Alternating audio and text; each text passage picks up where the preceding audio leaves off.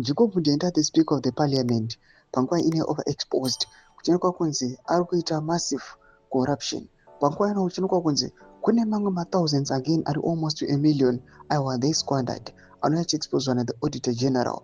Panguva ino kuchinekwa kunzi achirenovata his private house. Chitiko chavhundutsa vanhu vachiona kuti these millions ma-thousands akadai kana achirimunovata aiwa dzimba dzavo.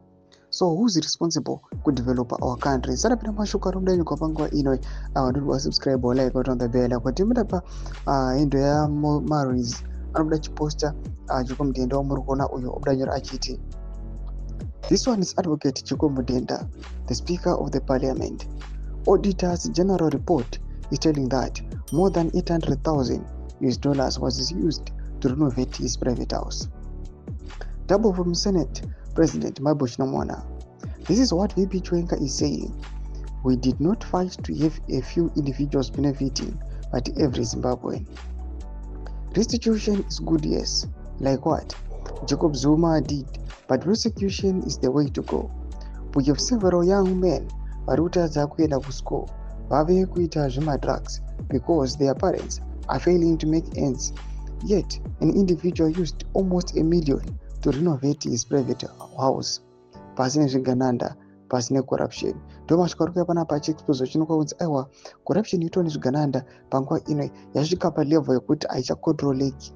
Panguva ino pakuda kuti vanhu vari responsible vatengovangovabata vavamise vakomana ava. Ari kachisimbisa zvigare vachiti zvitokura VP Costa Nochenko achiti isusu the liberation war yatakafaita handina kumboifaitira kuti just a selected group of people vauye panguva ino vachienjoya the ideas of the liberation, but everyone anofanira kuenjoya. Panguva ino achiendera mberi atsanangura achiti masocieties matogara mune vana vakutoita zvemadrugs nemutoiro unoda kuti vabereki vari kutadza kuendesa vana vavo kuzvikoro nekuda kwekushayiwa mari nekuda kwezvigananda zvakaita ivavo vamuri kuona kuexposiwa vanoshandisa almost $1 million just to renovate his personal house. Kada comment section pedu dzavafungura aimba kuti pamusoro pechitiko ichi. So subscribe or like, hit on the bell icon.